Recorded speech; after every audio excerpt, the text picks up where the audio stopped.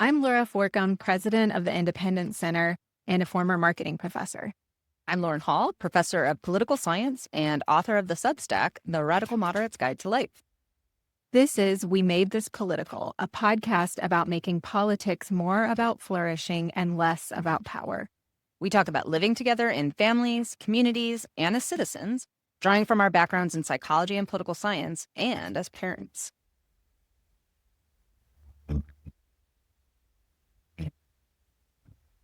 You're happy.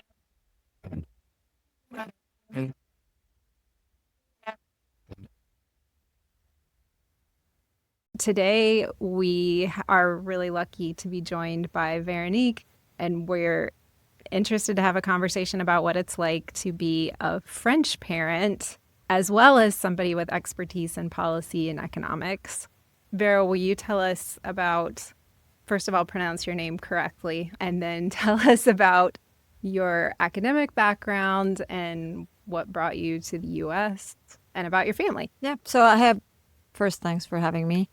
So my name is Veronique de Rugy. I'm a senior research fellow at the Mercator Center. I also hold a chair here.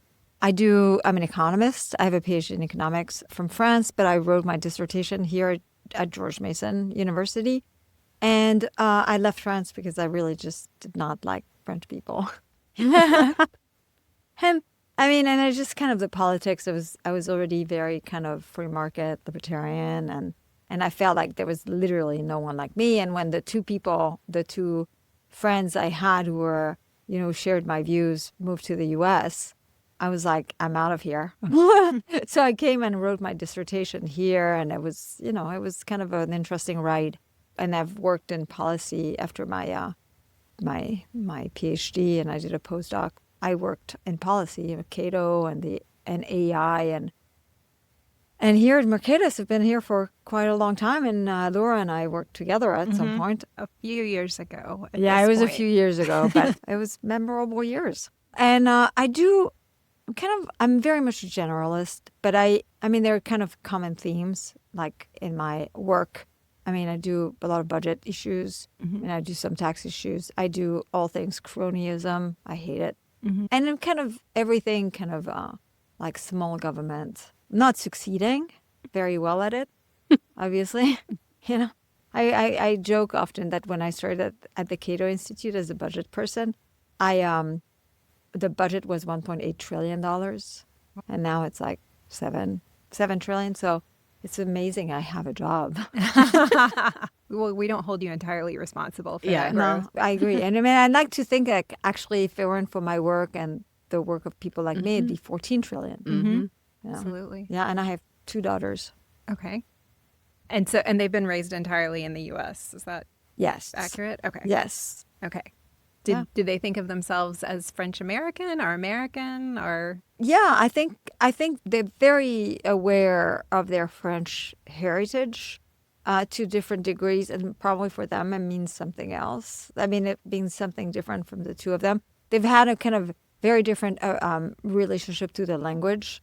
So like my eldest one, Juliette, who I think you both, it spoke French from the beginning, and Margot was very reluctant. In fact, I remember leaving France once and with Margot, and she must have been like 4, and she looked at me at the airport and she said, I'm not coming back here until they speak English. And I was like, yeah, good luck with that. And then when she was in 8th grade, my parents would come a lot. And so it's not that she didn't speak it at all, but it was just, she decided it would be good to kind of speak French. And I did not allow them to take French at school. I said, you can take Spanish. You'll learn French eventually. There's it just, we go there, so you're infused with it. Yeah. French by family come here. So I just figured, and so now they speak, so Margot in 8th grade, because she's just has an incredible work ethic, and she's just really, when she commits herself to something, she's really amazing. For months and months and months, she took a French class online on her own. I never had to tell the kid, just go study French, go. She was she did it all on her own. Just did it, yeah. And she learned on her own. And so now they're actually, I have family in town because one of them is graduating from college on Saturday. And so they have no problem with French. So Okay. it worked. My plan, Your plan it worked. worked. Yeah, yeah. Well, you've probably heard I mean, it's probably like 10 years old now, but Or there was, older, yeah, or older, the- yeah. There was a sort of viral book bringing up bébé. Oh, yeah, it was even Oh, yeah. older than this is. And, and so people have made a lot of, I still see articles actually that come out that are like, oh, the difference between, French and American parenting. But so as a French person who has raised children, but in the United States, what do you think are the primary differences? So first of all, do you think there are relevant differences? And then what do you think they are? Yeah, I mean, they are, but I'm a little confused about the whole thing because I raised my children here. Mm-hmm. Like, I think when I had Juliette, for the beginning, like the first 2 years, embraced some of the American thing because this is what I was seeing, right? I didn't have like a French role model. And when I left France, I didn't have a ton of friends who had kids. So it's not as if now I had my parents to model. So there were things like, for instance, like, and I guess so. My experience with the French thing is like ultimately parents don't lose themselves entirely in their children. You love them, you do a ton for them, but ultimately you're still like a person that's separate. And I remember when she was born, she was napping. I mean, she was like maybe like a few weeks old. And I remember reading in the Washington Post a story about empty nesters and how parents were coping with this. And that concept was utterly foreign to me. Like, I was just like, I don't even understand. What does that even mean? Like, at some point, your parents are here, like your kids are here, and then they're not. And you're like, the fact that your life would be empty without them, it just made no sense to me. And that kind of state, that I've always had that kind of, it's always been, I've always managed to kind of maintain that. And I did tons of things with them, but I always had that separation, I guess, in a way where, for instance, the first place where it expressed itself was, I need to sleep. I love to sleep. I mean, I do okay when I don't sleep, but I don't want to not sleep. Yeah. So I was on a mission.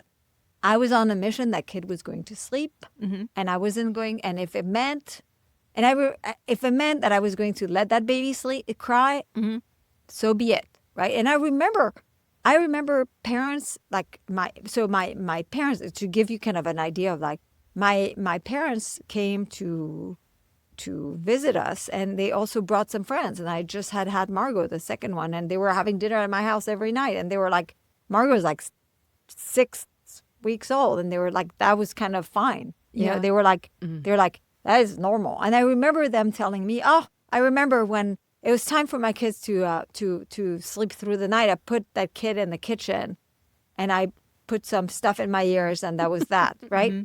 And I was kind of like, okay. Okay. But I mean, it was like so that's what I ended up doing with Margot, because Juliette, the first one, I was like, I need her to sleep. And she was actually quite compliant, all on her own, right? So it's like at 3 weeks, she wanted to sleep through the night. And I remember, this is the advantage of having a mom who is in France, so 6 hours ahead, right? The pediatrician was like, no, it's too early. She can't sleep through the night. She's too little, da da da. So for like 2 weeks, I would go and wake her up. And of course, she was uninterested because all she wanted to sleep was. So I called my mom and said, what do I do? And she said, just let that baby sleep. Just let her sleep. So at 5 weeks, she was sleeping through the night, like 7 hours. And then the sooner I would put her, the earliest I would put her to bed, the more she would sleep. That's so I was doing this. And my kids, I felt a little guilty because like they ended up like they were taking massive naps and sleeping through the night, for 9 hours. So They I just basically, love for the first sleeping. 6 months, I would see my kids 45 minutes every 4 hours, and then not at all for 12 hours. And I was thinking, am I doing this right? I loved it, but I was like, But, my parents were like, this is how, this is how it should be. And so when poor Margot was still not sleeping at 8 weeks, she would wake up and I was like, well, I remember that conversation. So I was like, you and I were done. What's wrong with you? Your sister was sleeping through the night at 5 weeks. So I couldn't put her in the kitchen. So I just left her in her room. And then the first night, she cried a lot. And after we've all gone through this 2 hour, kind of my commitment started I was thinking, can a Starting to baby waver. die of crying? Is that possible? So I It's went. hard to listen And then to. she It did the is. same. She's like, I would show up. And then I was like, so she had been crying. So I thought I tried to feed her. And she was like, no. And I was like, oh, we're not doing This this. is a power again. struggle. Okay. Okay. Now we're done. I'm serious. And then that was that. So I guess, it's kind of, and of course, my friends were horrified. Yeah. My American friends were horrified that I would do that. The I amount would- of hand wringing about sleep training Yes. is wild. And I didn't sleep train my first child, and all three were terrible sleepers. And I realized that there was a problem when he was 13 months old, couldn't fall asleep on his own, and was too big. He was getting too big for me to really Yeah. hold him and rock him in a way that would make him fall asleep. And then I was like, uh-oh. Yeah. There's really no choice but cry it out at Yeah, this point. but so I will Yeah. tell you to make you feel better about this whole thing. It's like I was really good on the sleeping, but I was really bad on other things because first I kind of I thought I had to take her to music together when she was 4 months old or 6 months old, 1 month old, whatever she was doing. And instead she was biting other kids. And so that kind of, I put an end to that. But I thought, I have to do this. I would take her to create whatever, Barnes and Nobles, because I thought I had to kind of maybe it was good for the germ stuff. She was sure. putting all the train stuff in her mouth. That was probably actually not a bad thing. But I was kind of I put a lot of pressure on me. And so by the time she was 2.5, honestly, she was kind of a monster. and that's where going back to France was actually a good thing because You could let parents, that go. my family was kind of what's wrong with that kid? And so you kind of you're like, why is it you're carrying food from America for her because she can only eat goldfish? Really? What is that? And so that kind of I came back one summer and I was like, she's actually making my life hell. And this is not the right way of doing things. And so then I just kind of, and that was the end of that. So you had to kind of navigate between Yeah. French expectations and American Yeah, expectations. and so it's kind of, this is why I said I think I kind of did a mix of both. But very quickly, I realized that this family, this parenting thing, it needed to work for everyone, including me. Yes. So I think that may have been the big difference. It's I don't like going to the park, so I didn't. Art and craft, not my thing. So I just didn't. But then I was taking them to the theater, Right. to musicals. I remember we went to see Annie. Margot must have been 2.5 and Judith was 4.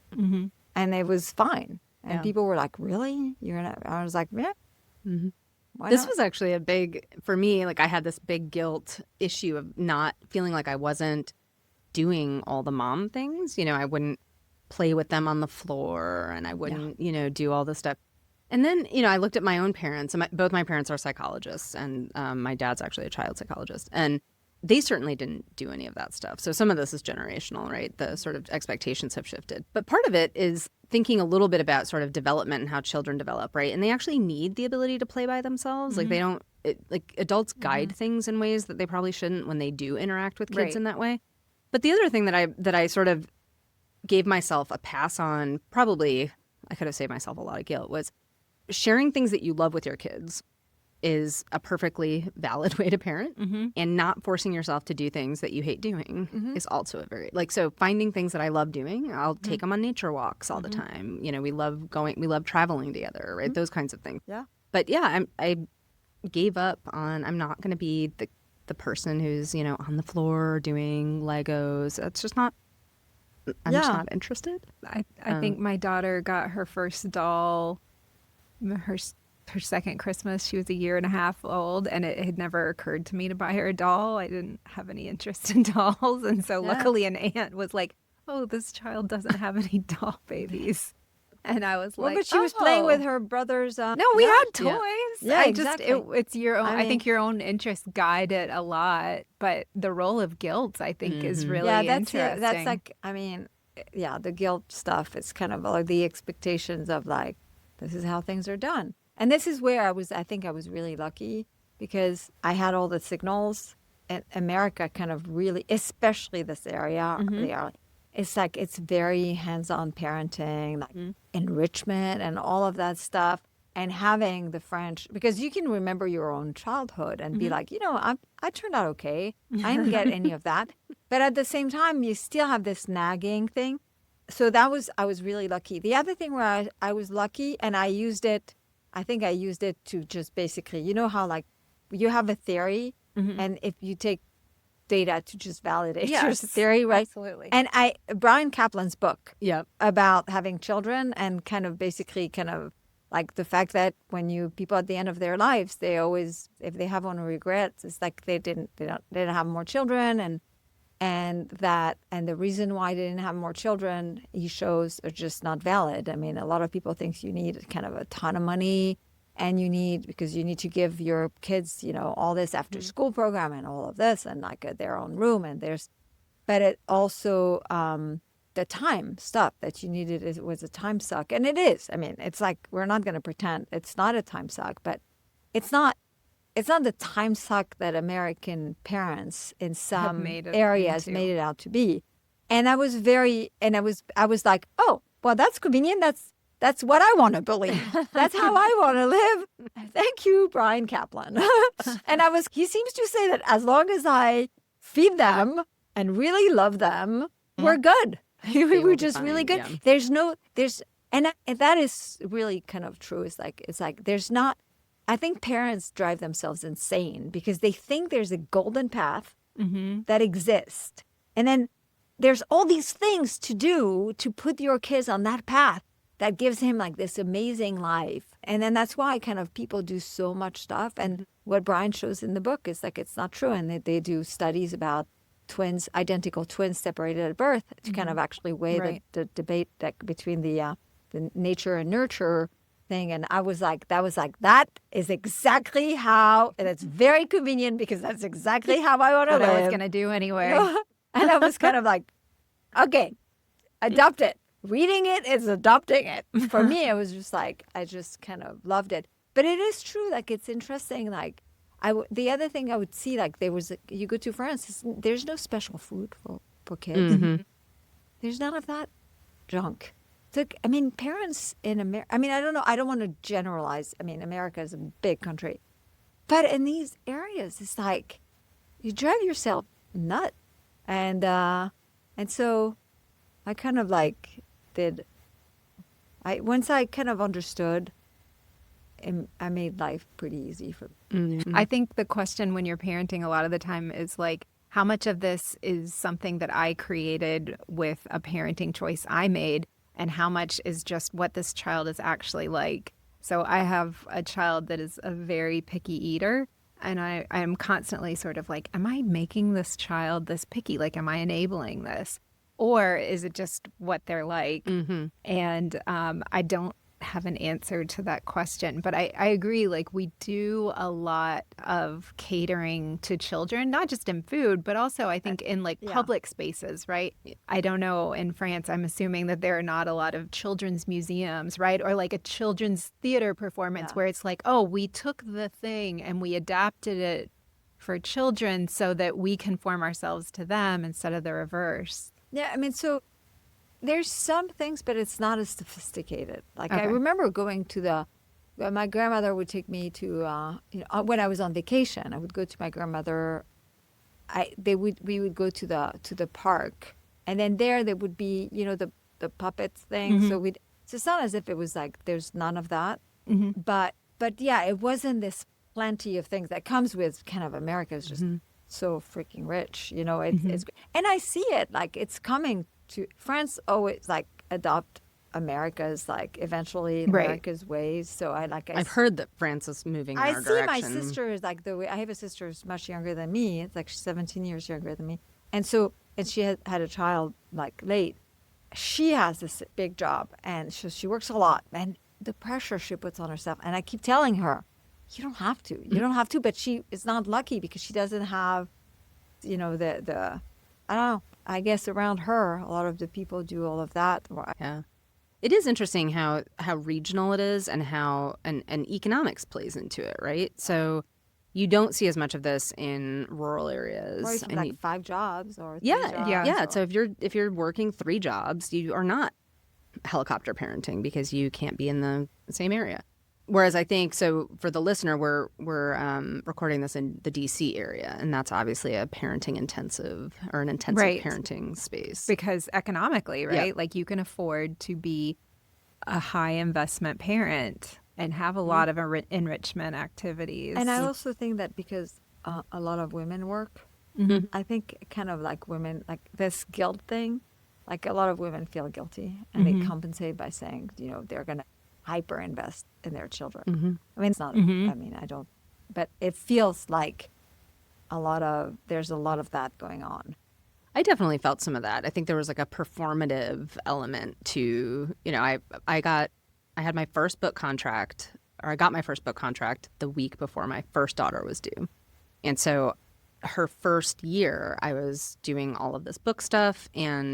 But then I was doing stuff that I hated, but it was like roasting root vegetables to like mash them. You know what I mean? Like, why am I doing this? I don't even like root vegetables. But I think it was this sort of performative, like guilt assuaging. Like I was like I am a good enough mother. When really I should have just hung out with her and taken her for walks or something. Like I didn't have to do all of this other stuff. But to me that was, it was like a signal that I was sending to myself that I was doing what I was supposed to be doing. Yeah. And then the third one came along and she just like ate dirt and was like totally happy. And, Yeah. You know. Well, I mean, I think it's the first child syndrome, Yeah. right? It's like, it's the first, you don't know what you're doing and you're like, yeah. And so the second one, you're already busy, like catering to this child you're over investing in, and you can't do that for the second one. Right. Because, Yeah. And so I don't know, but it's actually one of the thing that was good for me was to have Margot so close after, where I actually I realized that not only this trip to France, but it was kind of like going to make my life like easier. Like, I mean, I realized like in a way I was creating that kind of very high maintenance child, and I could sense that a lot of it was me doing it. Okay. Because I was catering to a lot of that stuff. And so, but, once I was over it, once I was kind of re-brainwashed by the French, I was like, it was like, and in the end, I just loved having kids. I just thought it was fun. Again, what I didn't want to do, I didn't do.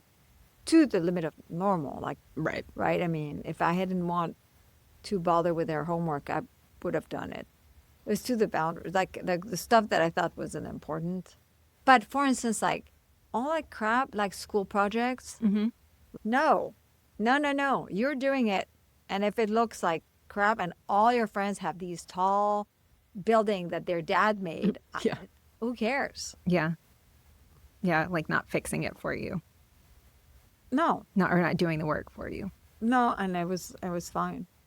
Is that the biggest difference you think between French and American parenting is sort of I like don't think we it's have laissez-faire? Well, I There you don't know go. about that. I actually think, I also think that, so I can't talk obviously to what French parenting is like today, but, but I don't remember in school during all these school projects and all these activities and all of this, like it was very kind of classic education. Okay. Read, you do math, you do spelling stuff, right? I didn't remember that we didn't have a science fair.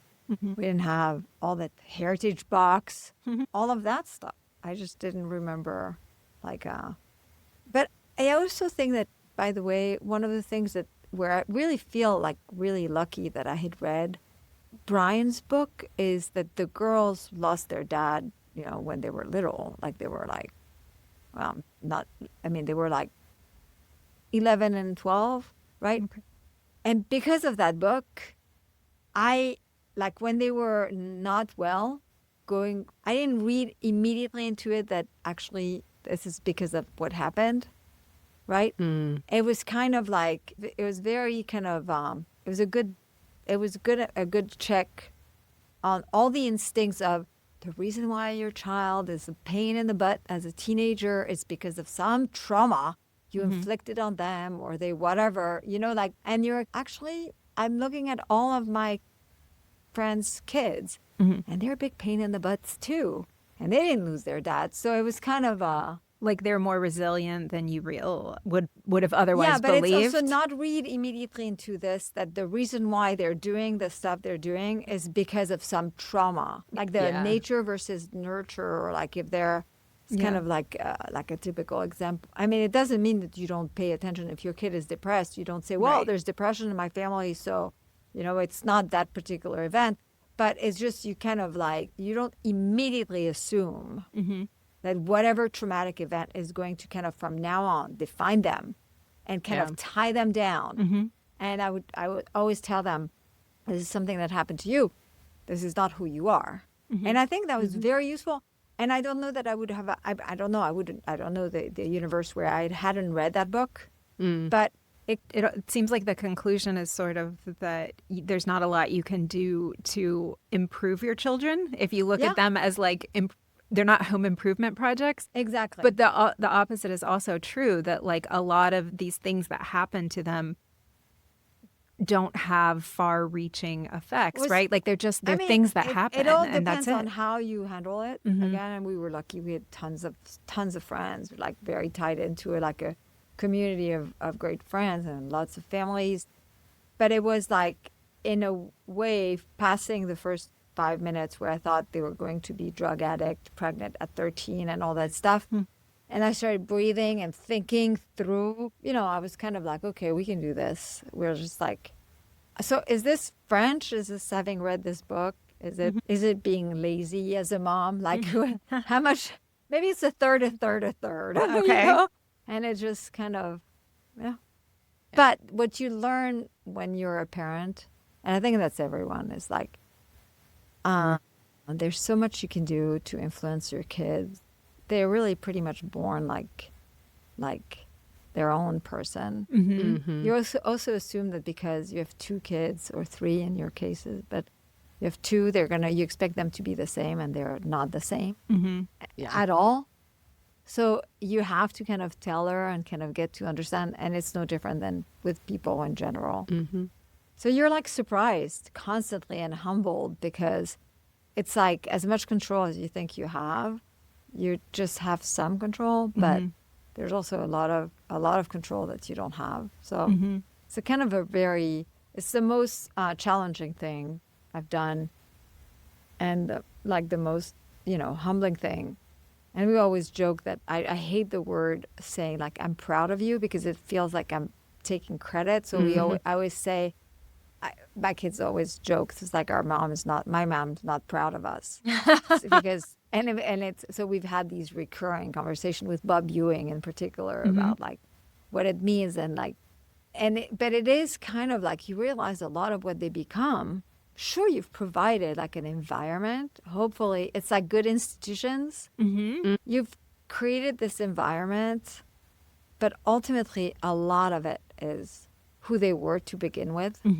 So having the right institutions and what they are, I'm not 100% sure. I guess it depends. There's really no set rules apart from the basics, kind of like as long as they know you really love them. I guess like, and you feed them. And Do you have to feed them? And you have to feed them. You have to get them to sleep a lot. Exhausting. I was a big tyrant about sleep, mostly because I needed to you sleep. need it. Yeah. But again, they knew like they could wake up as early as they wanted, as long as they didn't come to bother me, and also as long as they didn't like then make me pay the price for them being too tired. Yeah. I had very few rules, but I was enforcing them. I've thought about this a lot, and I think Laura and I have talked about this a little bit already on the podcast, but what do you see any connections between sort of parenting styles and sort of what happens in the big picture in terms of like civil society, civic health? I mean, I know Brian Kaplan's work does think about that.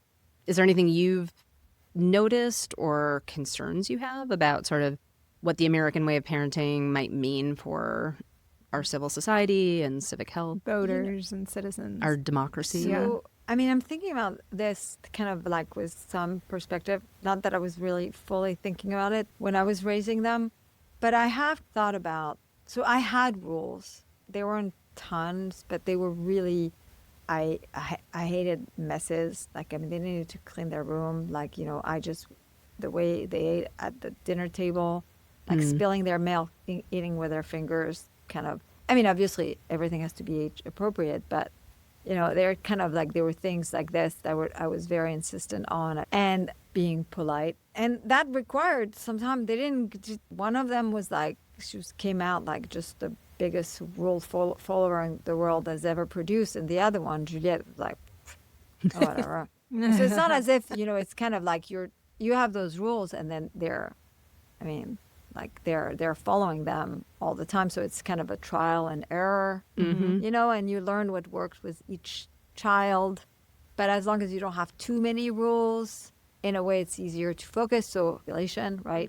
Kind of like, and it had to work to keep this flexible. It's like it was a good signal to them of what there was like they really needed to follow. What's important. Yeah. And what was kind of actually, they were like free to kind of whatever. Yeah. But also, I've kind of also realized, like I was thinking, so I do a lot of fiscal policy. And one of the things that really kind of as we've lost is like, there used to be really some very implicit fiscal norms, right? That weren't written in stone because you couldn't, but that people were following, and it was kind of, in a way, it's cultural. Like it was like during emergencies you spend a lot of money, but after America repaid its debt, so after you would scale back, and that kind of over time is eroded, and then the situation is really, really bad. And I think there's a lot of that also in parenting, where parents maybe had too many rules and then went to the extreme opposite of no rules. And they're just like kind of, and they're the explicit rules, and then they're the implicit rules that exist in a family. And so I do think that, like, I've kind of come to really appreciate the importance of good institutions and rules, and also kind of like learn to kind of figure out, like, one of the big problem with parenting is like sometimes you have a rule, but you haven't expressed it. Yes. Yep. Right? And so I thought about this with the context of those, implicit fiscal rules. Like, in a way, it gets lost as it goes. And if it's not written, and you may not be able to write it, and we're going to have to kind of rediscover these rules that were, and I think with parenting, there's a lot of that too, where you have these rules, but you haven't communicated them, and then you're disappointed because they're not following the rule. But of course, they don't know the rules. And so I think it's intention, though, because, I mean, intention, because on one hand, I think we're in government and policymaking, we're in this process of sort of permanently discovering, like, oh, we just never said that was a rule. We should make it a rule, and then everything will be better going forward. And the results of that, I think you wrote about this recently, Lauren, is like just piles and piles of regulations, right? Where you can't possibly follow all of the rules. And I certainly know people who parent that way, where I'm just kind of shocked with the amount of control that they expect to exert over their kids. Yeah. And it seems like it would be the same thing, right? Which is like, you can't codify everything. no. And you how do can't- how do you find the balance? But also, when you try to when there's an implicit rule that you try to actually write down, you realize that what you're losing is the ability to be flexible. Where there are things where you may not be able to explain why. In this case, the answer is yes, where in this case, the answer is no. Yeah. But they're kind of like it's there, and this is why they're implicit. I think the same is true of culture and norms of behavior, Mhm. of behaviors among even friends, and you know, so it's like there are a lot of things that kind of like people know they wouldn't be able to Mm-hmm. explain to you why it is. And I think we get them from interacting with each other, right? Like Yeah. it's passed on in a nonverbal, Yeah, implicit yeah. manner. And the more we go to virtual interaction, it's like we miss those opportunities. I also think there's less behavioral pressure that comes from a group, Yeah. right? So like if kids don't spend as much time playing in groups, right? Or Mhm. if policymakers and wonks and analysts and whatever don't spend as much time together, it's like all this shared implicit Yeah. knowledge doesn't get brought along. And we think the answer is to say, oh, we should have written that down. But you're right that something really important is missed when you are trying to take an implicit norm and turn it into a Well, I law. mean, this is the same difference between, government intervention versus what emerges in the market. Mhm. Mm-hmm. When you try to say kind of like, oh, this works, so like let's have the government do the same thing. Mm-hmm. I Yeah. mean, what you don't see is actually the millions and millions and millions of information that is carried through the price signal, through the markets, through the supply demand of like millions of people. Like, Mhm. and you can't central plan Mm-hmm. that because you lose the information. And I think yeah, there's a lot of that. And it I mean, I remember like thinking like the tension for libertarians, for instance, for us, like we value freedom. But I remember earlier on thinking, I think in a weird way, it is really hard to live in the world where you're free, Mm-hmm. always Mhm. do the right thing. And especially if you pair this with a system that tells you that everything goes, it doesn't matter how you dress. It doesn't matter, if you smoke pot in public or whatever, like whatever it is, if you're drunk in public, it's like, Mm-hmm. because that's one of the things that kind of shocked me when I came to the U.S. and I was totally for drug legalization and all this, but I thought it's funny. I was like coming from a place where you wouldn't. I mean, it was not a good look if you were drunk in public, Mm-hmm. for instance, right? Okay. And in the U.S., especially in D.C., Mm. actually there was no stigma in Wow. D.C. I Mm-hmm. think it wasn't true about the rest of the country. So I kind of got to think a bunch about that and think, as a libertarian, I do want a system where there's not the right behavior is just this one, because you get the more interesting like mix of people, and you get also, and you just kind of don't, there's no like oppression of a particular group, or, I mean, it's a better system, but it's a really difficult system. There's a Yeah. tension between then kind of wanting everyone to be able to actually have the lives that fits them the best, make the choices that are the best for them without having people judging you, or even like just with all the consequences that follow. But at the same time, having still to decide to make decisions that are, I mean, it's probably not great if you're drunk every night and you're hungover at work every morning, and eventually the feedback Yeah. happens, right? And it's the same with parenting. Mhm. If you think that you have to kind of let your kid just express everything they want and you don't kind of enforce, that's another thing. It's like I was always shocked that kids would come, pass in front of me and not look at me in the eyes, stop and say hi, and they would dump their coat on the floor. And I'd be like, they would do that once. Yeah. But I mean, you see what I mean? It was like kind of like, Mhm. I'm like, I feel sorry for you, kid, but like I'm judging you. What really I should be judging your parents. But, and I think so they're like this kind of balance. It's a very delicate balance. Mm-hmm. And I don't know as a libertarian where the line is really. Because if you ask me, what do you think do you think we're better off in a world where women are all to be married and like, or they can't have children on their own, or they can never split for their husbands, or they can, have sex before all, like, I'm just like, but at the same time, I'm kind of like, where's the line? Where do you draw the line? And I Right. think it's a lot of that with the kids. Yeah. Are you going to let them figure out through trial and error every single thing that's a bad idea, right? Which would be more freedom, but also really unproductive in a lot of ways. Or are you going to put on guide rails? And I think I spend a lot of time trying to tell my kids lessons I've already learned the hard way. Like, let me help you with this because I can tell you that, washing your hands is important. Yeah.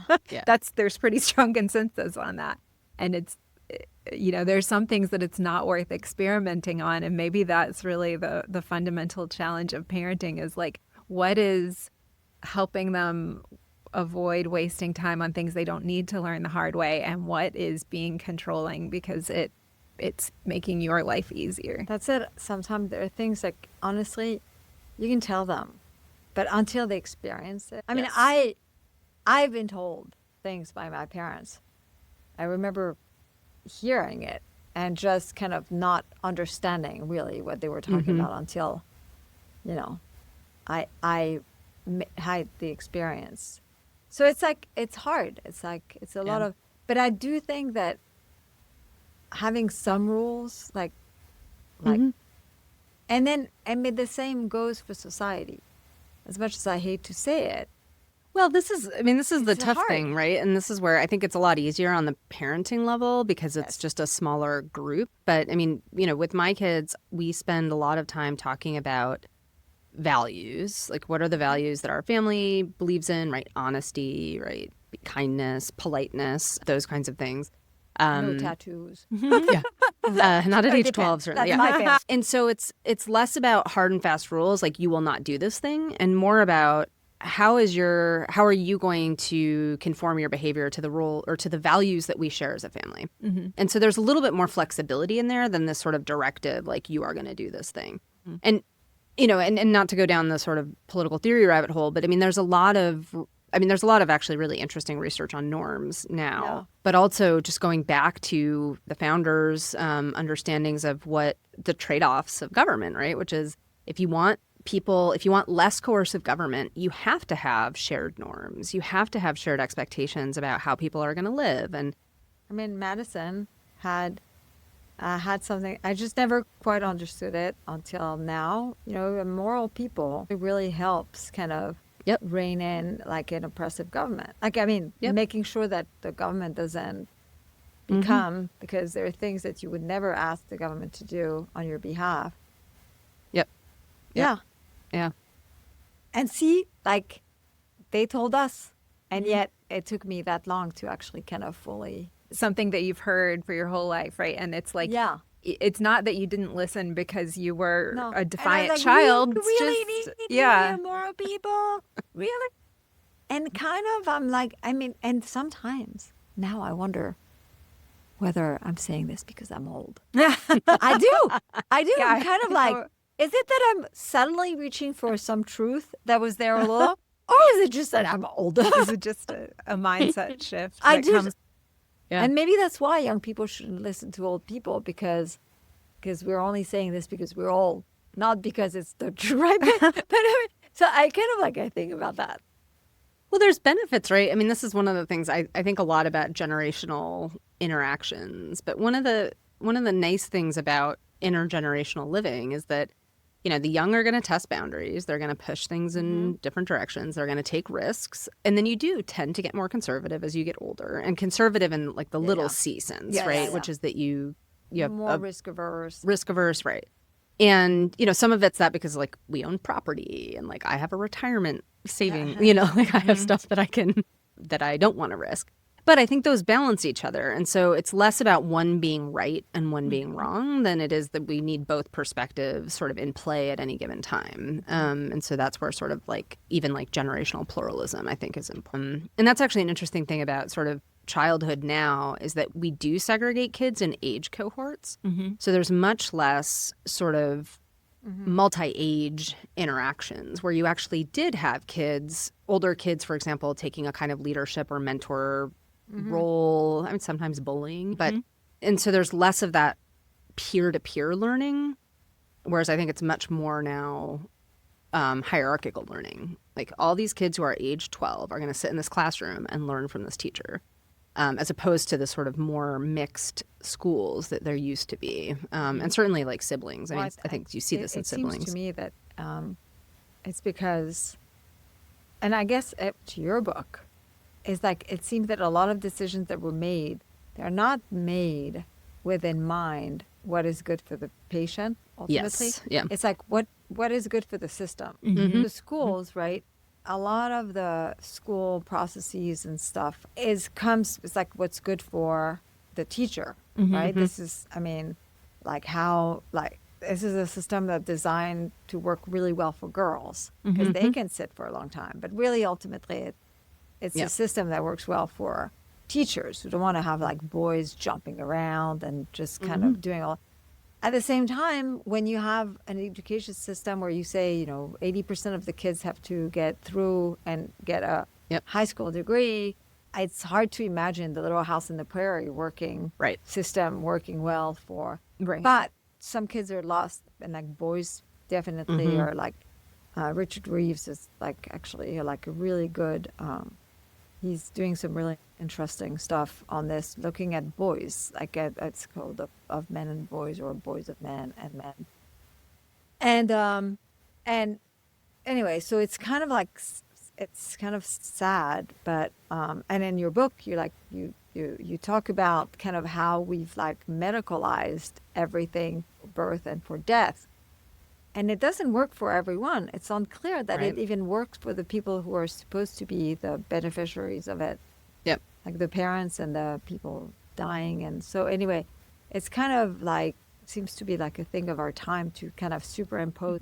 That's an interesting framing of like, is it good for the system or good for, you said patient, I don't know. I mean, I can imagine patient used in that way, right? But like that dichotomy, is that somebody's theorizing? Because that's a... No, I mean, it's because in her book, she looks at death and birth, and how the systems. I don't want to talk about your book. You could talk about your book, Lauren. It is really kind of a system that was superimposed that basically takes the patients or like the parents to be parents through a system, and it's a one size fit all, and it's a kind of, and you're like go first to this room and then this room and then this room, and like everyone, like every hospital, every birth in America, and it destroys the industry that are like all those, you know, all the birthing industry that wasn't kind of part of that system. And same for death, where you medicalize death, and then you, as people, you're like disconnected for even having kind of thinking about death, birth, kind of in a way that's like an organic part of the life process. Yeah. But anyway, I mean, this is your book. So. Well, but so I think there, you know, this actually does relate directly to education, because part of what happens, of course, with medicalization is that as people get more care in hospitals, right, that's a centralized location. The care has to be more standardized because you have to move patients through. Rosalind Lindheim was this fantastic architect. She didn't write very much, but the stuff that she did was just really wonderful. And she looked at the early designs of hospitals, and they were actually based off of automotive factories, because the idea was, let's figure out how to get people through as efficiently as possible. And some of it was sort of, if we do that, there were, you know, it's not, I think sometimes we put this in terms of just like nefarious intent and it's not nefarious intent. It was an efficiency. Yeah, it was efficiency. And it was also like pathogen control. Like you're better able to control the environment, especially when you have a lot of people together. But the centralization piece means that you do have to standardize the patient, right? You have to standardize the way that people, and this is why women in hospitals get Pitocin and they're induced at much higher rates, because you have to keep them on a specific kind of schedule. And I think we see that in education too. And if you look at the history of public education, you know, one of the major impetus for public education was large waves of immigrants. And you wanted to standardize those immigrants, meaning they need to learn English. They need to be able to sort of fit into the broader norms of society. And again, I think sometimes we sort of ascribe that kind of nefarious intent, but I think the goal was, let's help these people. I mean, my German immigrant family was one of that wave. And they did. They needed to learn English. They needed to figure out how to like sort of get into the economy in a meaningful way. But you do that in these centralized Yeah. schools that standardize education. And so at some point, the education becomes, how do we make the system efficient for teachers and for just the system itself, Well, as opposed to what individual students need. It's so out of balance now that Yeah. it's actually it's a system that works for the teachers more Right. than the kids. Right. Yeah. It Like, it's supports the system instead of Yeah. the The In child. fact, Yep. in fact, I think this is one of the things that many parents recognized during COVID, Mm-hmm. right? And now we're like, there's a pushback trying to put the parents and the children at the center of it all. And I remember talking with Lisa Snell. You know Lisa? She used to be Know at the Weeza, name. and she's at Stand Together now. She's an education. She does education stuff. So for the longest time in her career, she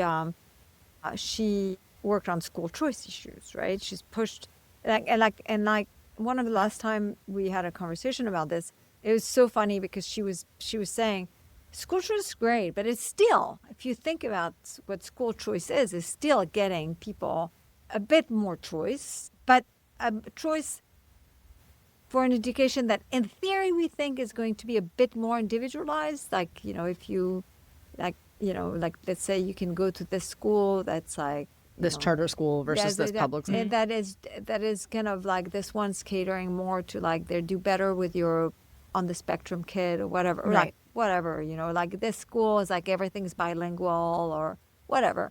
But I said, I mean, in the end, at the core, the concept of education is the same exact one, which is from 8 a.m. to 5 a.m. or 3 p.m. Sorry, we stuff your kids with that information. Like when actually education is if you think about it broadly, it's very different than what we call education. So it's like there are people who've moved on like to actually really try to think about like how do you, and then that means if we get there, it means that this kind of taking a huge amount of kids and kind of ramming them through.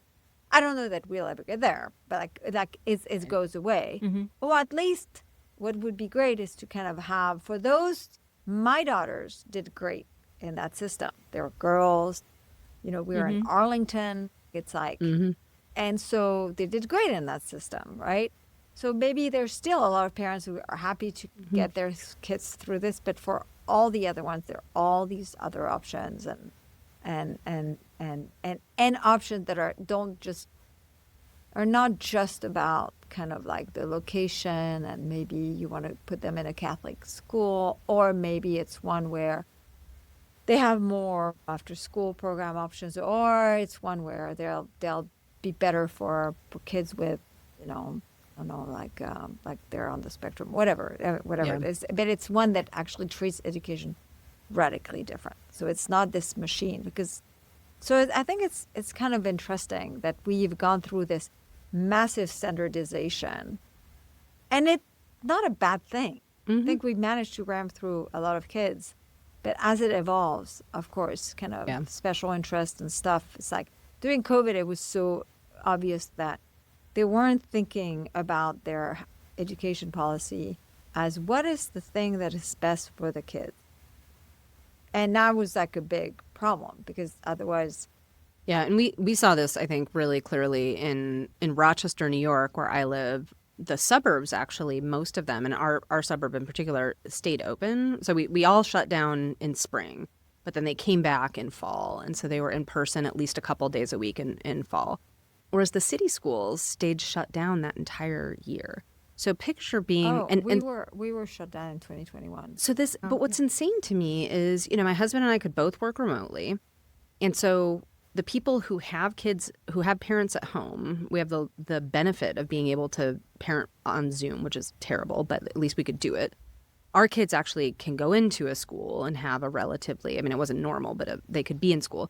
Whereas if you're a grocery store worker, You are just leaving your kid unattended because you don't have a choice. And so it really was a good example of the education system being, and I think in our situation it really was teachers unions. And I love teachers, but this was it was a really, really bad decision.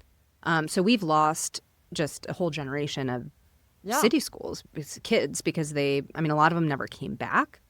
But those are the kinds of examples I think that you see where it's not about what's best for the kids, it's about what's best for the system, or it's about what's best for the interest groups within the system. I mean, we were like Arlington County was closed all of 2021. All of 20. Wow, and it was a battle to it's the election of Greg Youngkin that kind of forced, because the kids were going back, and they were going back. At first it was like 2 days late, and it was. And they were going back 2 days a week, and then were going back, but there were all these. I mean, it was just all the restrictions. The restrictions. Everyone had a mask and all this, and then he said March 1st, everyone those who want, take off your mask. And Arlington parents were horrified. Everyone was going to die and everything. And my kid was like one of the 5 in that enormous high school that took off her mask, and she was like, "This is horrible." Kind of like everyone staring at me, and I was like. It's too hard. Just put it back on. Put it back on. And she was like, "No." Okay, you go. And so, but it was like, so it's, and I don't know. Like everything else, it's a balance, right? Yeah. I do wonder, though, if something about how we design these systems, though, we tell ourselves that the system is designed to put the kid first, right? And so that therefore what the system says must be what's best for the kid, right? Like that we have a way of telling ourselves that whatever is best for the system is best for the kid. Yeah. And like that's a false tension that we could pay more attention to. Because I think it's not just healthcare, right? It's not just education. It's also in like criminal justice and public health, like all kinds of places where the system is designed to support itself. Yeah. And promulgate itself and promote itself and grow in strength and authority. And then the problem is, at times you see it in education, right? Where you have kids who don't fit well in the system. And the message is like, there's something wrong with this kid, instead of, wait, why can't the system be flexible enough to fit all of the people it's expected to serve? Because teachers, so for instance, like, boys, I think, are like really penalized through the system because they're more active than the girls. They like, and yet teachers can't handle 24 kids jumping around. Yep. They need them to sit down and be like. So as a result, like when the boys are hyperactive, we're like, what's wrong with this boy? I don't know if it's true, but like there are people who believe that this is why like a lot of people reach to medication to medicate all these kids who are labeled ADD, and when what they are is they're kids. Just boys or just kids. Yeah. And so it's like, but I don't know enough about this to actually kind of know that it's 100% sure. But it feels right. It feels right. And you were saying healthcare. Healthcare is actually worse. Like the way we've done healthcare.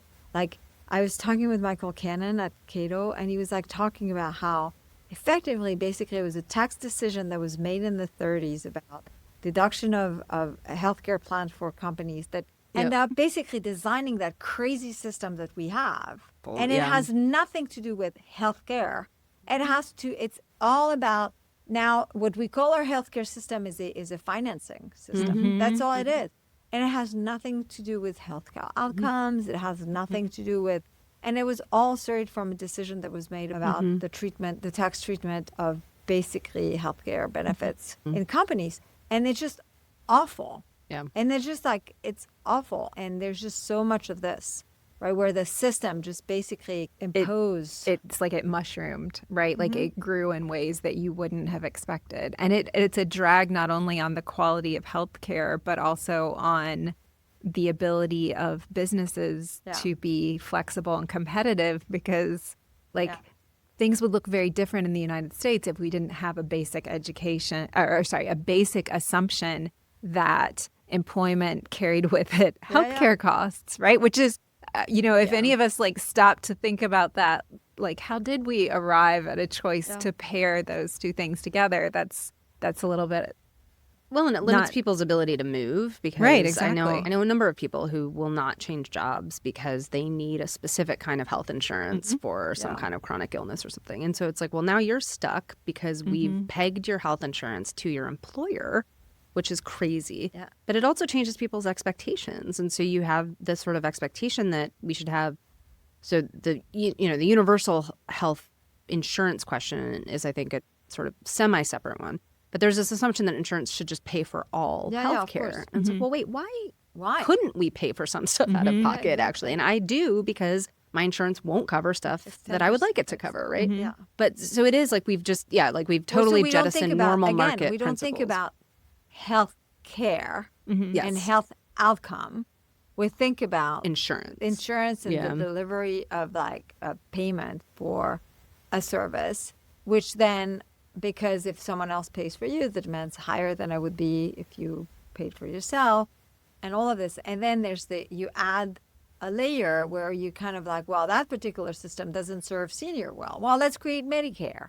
And then, well, what about all the people who don't work in a big company that actually provides healthcare? Well, let's create Obamacare. And then with Obamacare, oh, you know what? This is kind of an incentive to also expand healthcare for lower income people. And like, wouldn't it be nice if we did this and blah blah? And then you end up with this system that has nothing to do with healthcare. No.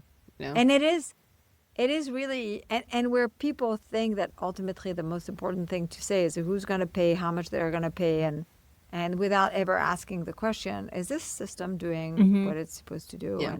And what is it we're buying? Like, and it's so frustrating because, I mean, in my line of work, that's kind of how we think about it.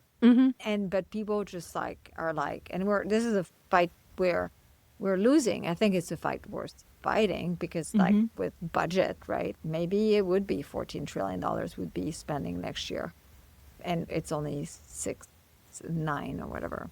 Not 9, 7, but it's just like, it's so frustrating. And I just kind of like, I worry we do this with the kids. I mean, obviously the implication of having the wrong system is really bad for children, right? Because you take them young and there's also this assumption like where people want to put them in the system younger and younger and younger and younger. At the same time, it is also true that it's easier. Women have benefited from a system that takes all our kids at least from 9 to 5. So, It's almost like we didn't notice until COVID that one of the key benefits of a public education system was that it provided childcare. Yeah. I'm surprised. That wasn't common knowledge. But that was one of the things that was really striking to me is that it seemed like suddenly people were saying, who will take care of the children? And I think teachers and women were like, oh, well, that's normally us, but we're working. So, I mean, it's, and these are hard questions and now the system's really big. Yeah. Well, and it also, I mean, there's the systems layer on each other. I mean, one of my favorite developmental psychologists is this guy, Peter Gray, who I talk about on the Substack a lot. But, I've followed a fair amount of sort of child development stuff for a while. And if I were living in a bubble, I probably would have like homeschooled or done some sort of forest school or one of these sort of radical kinds of like unschooling something amazing, right? Because I actually do think like kids are better when they're in nature. They're better when they're in multi-age cohorts. Like there's all this like really interesting research. But is that a world that I live in, right? And so to your point that you made at the very beginning, right? It has to work for everybody in the family. And that didn't work for me because I have a normal job. I actually have to travel a lot for conferences. I have to do a lot of other stuff. So I can't drive the hour and a half to like this forest school to drop my kids off. Or like I can't have people over to like play with backyard chickens or, I mean, like there's all sorts of like wonderful things that you can do if you have time. But I didn't have time. So they're in public school and they're actually doing really well. So like that, I had like enormous guilt about it for a while. But it was, I think, one of those things where if you have this particular kind of employment system, you're going to end up with a certain kind of school system because you have to structure things in this particular kind of way. So it is. I mean, I think we're constrained as parents in a variety of ways that we don't notice until we make sacrifices. I mean, I know lots of women who gave up their jobs to homeschool. And that's a sacrifice that if you're willing to make it, I probably would have gone crazy. But I remember I know like people. when I had Juliette, I I took 3 months off. And then for a second, I thought, you should take more. And then I realized, you know what? I'm really lonely. I It was is very and I went, lonely. and Yeah. I went back to work, and I never regretted it. I mean, it was like, Yeah. I had never any guilt about leaving my children.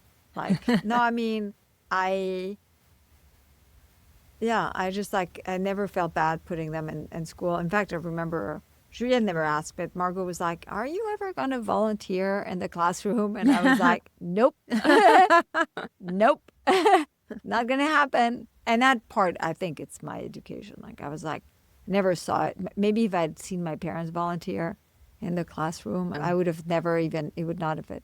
Of course, I would have volunteered in the classroom, but I was like, no, no. We pay these people to watch you. Why would I come? It makes no sense. Yeah. I mean, and I kind of think that, and again, it worked for my kids. We'll see. Maybe if you ask them, they would tell you a different story. But as a collective, it worked fairly well. Yeah. And at least they're functional enough. Let's put it this way. Well, the second one is graduating from college. Oh, the first. The first Okay. one. Okay. Juliet's graduating Saturday. All right. Wonder. Halfway to adulthood with the parenting project. Is that, do you think that's the transition point? Is it like college graduation, now you're an adult, or do you look at it as the cutoff point is different between? I No. feel like when we went to college, I think that there was a lot of agreement, like those 18-year-olds were adults. And I don't know. I think that I think that has that changed age now. That's changed. Okay, so one of the things I realized is like actually as an adult, like when you're raising them, like when they're little, you're telling yourself you're in this for 18 years. Mhm. Like each phase is bringing, oh, no more diaper. Okay, so now it's another, and you realize, oh, well, each phase brings kind of new challenges and stuff. And it is true, like the bigger they are, the bigger the problems, right? And they're more complicated. Everyone makes a lot of fuss about baby phase. And now I always tell people who have babies, like, enjoy that phase. Because, like, I mean, these are small problems compared to the rest. But then kind of like you realize that when they leave home, you have like completely different type. You're never, as a parent, you never not worry about them or like not think about them. But I will tell you, like, this is a conversation we're having a lot right now with my friends and Juliette. Obviously, she's coming back and she's gonna get a job before she get a PhD in 2 years. She's not coming back to live with me. I'm done with them. I'm done. I mean, and like my parents were asking this weekend, are you gonna get your own apartment? It was kind of seemed totally normal to them, and we were like, yes. But we're happy that we're going to be close enough together so we can see. We like seeing each other a lot, and so it's kind of. But they're always in your life, you're like and you always worry about them. And there's like this notion that when they're 18 and they're adult, in a way, you're done being a parent. No, you're never done. You're never done.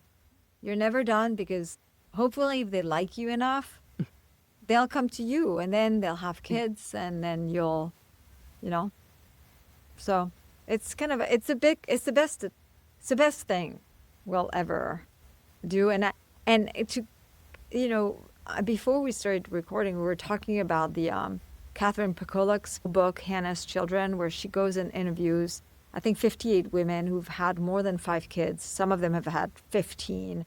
They were all educated, all religious, different religion, right? And one of the things, the recurring thing that they say is like, I wasn't ready for how amazing it is. And I remember that feeling. It's like, and this is one of the things that's challenging in the kind of the low fertility moment, right? Or declining fertilities. You would want to be able to communicate. You will not regret it. It's so awesome. It doesn't have to be as expensive as you think it is. But even if it is, you know what? You'll never regret it. It's like you are not prepared for how freaking awesome it is and how much you will love that kid. Like this feeling of utterly falling in love with them. And this is the thing. It's like they repeat these women. I don't know if you saw that. You noticed that in the book. They tell. It's a recurring theme about, And that's one of the challenge is like, if only we could communicate this well. Mm-hmm. But this is something that you only experience when you've done it yourself. I think about parenting I think that really surprised me. I think like the deep, I still remember that feeling when my first daughter was placed in my arms, like that, like, holy crap, there's like a human here, right? And just like this amazing love. But I was also surprised. For me, it was a hard transition. And so I think I had 3 kids pretty close together. There were just a lot of challenges in terms of like feeling as though I was alienated from my time. I didn't control my time anymore. I went as a faculty member having no constrictions, like I could write whenever I wanted to write. I could do whatever. And then all of a sudden everything's constrained. And so, that period of time was, I think, very, very hard, but it was also really deeply meaningful and incredibly beautiful. And I think people have a hard time putting those pieces together, right? And so, like, there's people, for example, who like love doing like marathons, right? And I think it's a similar kind of feeling in the sense that, like, yeah, it really sucks, but it's also amazing, right? So like, so how do you communicate to someone that like, this really sucks, but it's also incredible, right? And it's worth doing. Because I wouldn't want to downplay the hard parts, No. And so this is where I think it's hard to very communicate. expensive, even if you don't do the whole shebang. Yeah. You're like, it's very time consuming. It's very no matter, even if you only do with them stuff that you want to do, it's nonetheless, you can't go out at night like you wanted to. It's a whole organization. And like I kick myself because it's like having cats. It's like once you think it's cute to get cats during COVID. And then all of a sudden you're faced with the same problem where you can't leave them alone. Like you all have to plan. Yeah. There's so much planning. Yep. Like so much. You can't minimize how hard it is, but at the same time, it won't matter. Yeah. It's like it's a trade-off of things that aren't really exchangeable, right? So Yes. it's sort of like, oh, well, you're worried about the flexibility you have now or the freedom that you have now. But the thing on the other side is something very different than either of those things, right? Like it's really like something meaningful, something transformative, something that you can't And anticipate. biology is well done. You really, That's those true. little suckers. That's true. That part is incredible. I'll speak from personal experience. Yes. Oxytocin is a beautiful thing. It's right? amazing. Yeah. But I think we have 3 for 3 in favor of parenting. Yeah. I love if it. anybody's listening for I don't know that we have a natalism policy that works for the United States, but No. but Well, we, I'll put a last pitch in for Catherine's book, Hannah's Children, is absolutely wonderful. Vera, thank you so much for being with us. This was such a fun It was conversation. so fun. It was Yes, so we fun. could go Thank on you and guys. on. I know. I know. we barely scratched the surface. Yeah. Thank you again. This was wonderful. Yeah, Thanks. thank you. It's my pleasure, really. You've been listening to We Made This Political with Laura Borkham and Lauren Hall. You can find us on Substack, Instagram, or LinkedIn. The podcast Substack is We Made This Political. Laura's Substack is How to Human, and Lauren's Substack is The Radical Moderate's Guide to Life. Subscribe and share if you like what you hear, and please also rate and review on your favorite podcast platform. That really, really helps other people find our work and means a lot to us too. Thanks for listening.